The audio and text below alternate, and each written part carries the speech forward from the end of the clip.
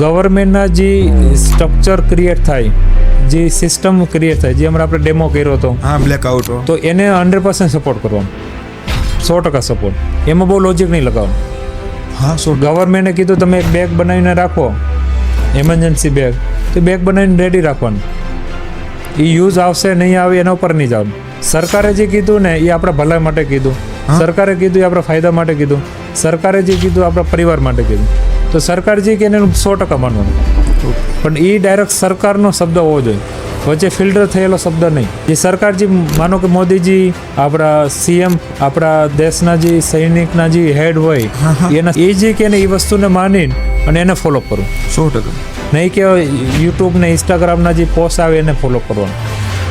તો એ જે દેશનો નાગરિક તરીકે ને મારી જવાબદારી, દેશની જે પણ પરિસ્થિતિ હોય, આજે આ પરિસ્થિતિ છે, આની પહેલાં કોરોનાની પરિસ્થિતિ હતી અને પરિસ્થિતિ બધું આવવાનું જ છે, સ્ટ્રગલની બધી. તો જે પણ પરિસ્થિતિની અંદર જે ગવર્મેન્ટ, જે સરકાર આપણા માટે જે વિચારે છે ને એ આપણે જે કરવાનું કે ને એને 100% પાલન કરવું, 100%. એમાં જરા પણ લોજિક નહીં લગાવવાનું.